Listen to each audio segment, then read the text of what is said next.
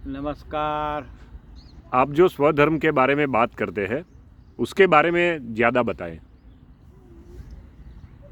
ये जो बात है बहुत गंभीर बात है और ख़तरनाक भी है, मगर आपको आश्चर्य लगेगा कि जो स्वधर्म है वो हर एक व्यक्ति का इंडिविजुअल धर्म है। कृष्ण भगवान ने कहा है कि स्वधर्मे निधनम श्रेय, अपना जो धर्म है उसी में आपका मृत्यु हो और उसमें आपका मृत्यु हो वही श्रेयस्कर है। तो ये जो भगवान ने ऐसी बात की है उसकी वजह है कि हर एक आदमी का एक स्वधर्म होता है जिसे इंडिविजुअलिटी से शुरू करते हैं और उसके आयाम अनंत अनंत है। बहुत हायर लेवल पर जाके देखे तो एंडलेस है, यानी इन्फिनिट आयाम है। तो सबसे पहले ये सारे धर्मों का जो पूरा बवंडर बना है, ये पूरा नाटक जो चल रहा है, वो सारे धर्म नहीं है, संप्रदाय है। और लोगों को अपने संप्रदायों को छोड़ना होगा, वो छूटेगा तभी आप अपने स्वधर्म को उपलब्ध होंगे।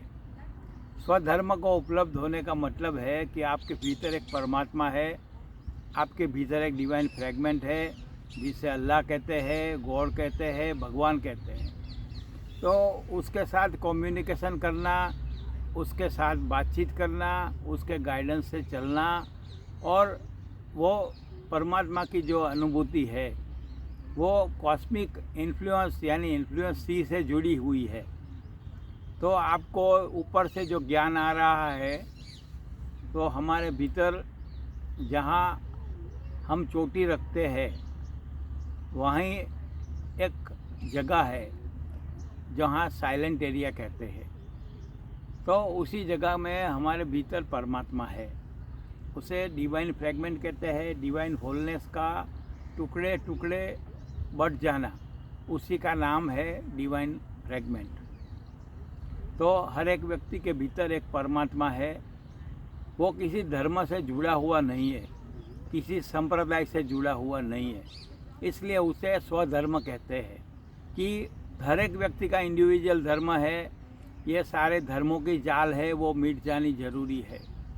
हम आशा रखते हैं कि हर व्यक्ति समझेगा, वैसे वैसे समाज की भीड़ से मुक्त होता जाएगा। ये समाज की जो भीड़ बनी है, ये समाज के नाम से, धर्म के नाम से जो पॉलिटिक्स चल रहा है, वो शोषण की पूरी व्यवस्था है। पादरी, पुरोहित, पंडित, राजनेता, ये सब उसके सूत्रधार है। इन लोगों की चुंगाल में से निकलना ज़रूरी है। और आपको आश्चर्य लगेगा कि धर्म के नाम पर जितनी हिंसा हुई है उतनी आज तक कभी नहीं हुई। सबसे ज़्यादा धर्म के नाम पर हिंसा हुई है, तो वो स्वधर्म नहीं है। हर एक व्यक्ति का इंडिविजुअल धर्म होगा तो वो किसी का गुलाम नहीं बनेगा, किसी को गुलाम बनाएगा नहीं। गुरु शिष्य परंपरा अब पूरी हो गई है। I raise my hand against all this past. और ये बारबेरियस पास्ट है, पूरा शोषण का पास्ट है और पीड़ादायी पास्ट है। इसके नाम पर, धर्म के नाम पर, समाज के नाम पर इंडिविजुअलिटी को ख़त्म करने के बहुत सारे प्रॉब्लम हुए हैं और उसी के वजह से एक व्यक्ति अपनी इंडिविजुअलिटी को प्रकट नहीं कर सकता। एक व्यक्ति को अच्छी तरह से जीने के लिए ये शोषण की पूरी जाल के अगेंस्ट लड़ना पड़ता है और उसी के वजह से बहुत सारे लोगों को शहीद किया गया है धर्म के नाम पर। तो आशा रखता हूँ कि आप इस बात को समझेंगे।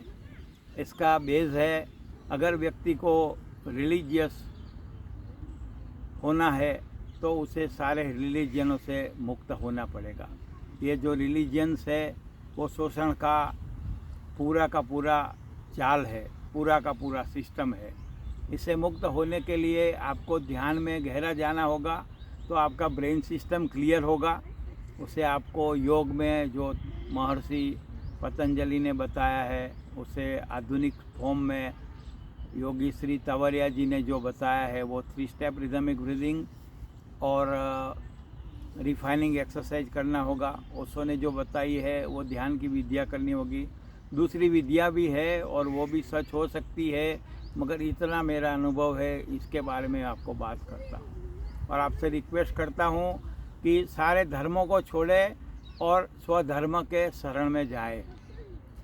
कृष्ण भगवान को उस समय ऐसा कहना पड़ा कि मेरी शरण में आए, मगर अब का जो समय है, आधुनिक समय है, उसमें यही है कि आप अपनी शरण में जाओ। अपदीपो भव, खुद के दिए बनो और खुद के भीतर से जो मार्गदर्शन मिलता है उस मार्गदर्शन के अनुसार अपना जीवन बनाओ। तो उससे कुटुंब की, समाज की, पॉलिटिक्स की सारी जालों से आप मुक्त हो जाएंगे। तभी आपके जीवन में शांति आ सकती है। इंडिविजुअल जीने से ही आपके जीवन में शांति आएगी, और वह शांति आध्यात्मिकता है, रिलीजियसनेस है। उसे जीने के लिए आप तैयार हो। ये बात मुझे लगता है कि अभी उसका पूरा वक्त नहीं आया है, मगर किसी न किसी को तो शुरुआत करनी पड़ेगी, किसी न किसी को तो ये बात कहनी पड़ेगी। ओशो ने, जे कृष्णमूर्ति ने, महर्षि पतंजलि की परंपरा में हुए महायोगी श्री तंवरिया जी ने ये सारी बातें कही है, इनडायरेक्ट स्वरूप में भी और डायरेक्ट स्वरूप में भी आपको। मगर ये सीधा बात बता दे तो शॉर्ट में कि आप अपने शरण में जाएं और भीतर गहरे जाके आप ध्यान में और योग के माध्यम से आप गहरे जैसे जैसे जाएंगे तो आपको खूब शांति मिलेगी, खूब आनंद मिलेगा। और आपका इंडिविजुअल जो चेहरा है, आपका ओरिजिनल फेस है, जो ज़हन में कहते हैं कि आपका ओरिजिनल फेस ढूंढो, तो वो आप ढूंढ पाओगे, और वही आपका स्वधर्म है। आशा रखता हूँ कि इस पर प्रयोग करेंगे, आपका जीवन आनंद, प्रेम और शांति से भर जाए। नमस्कार, धन्यवाद।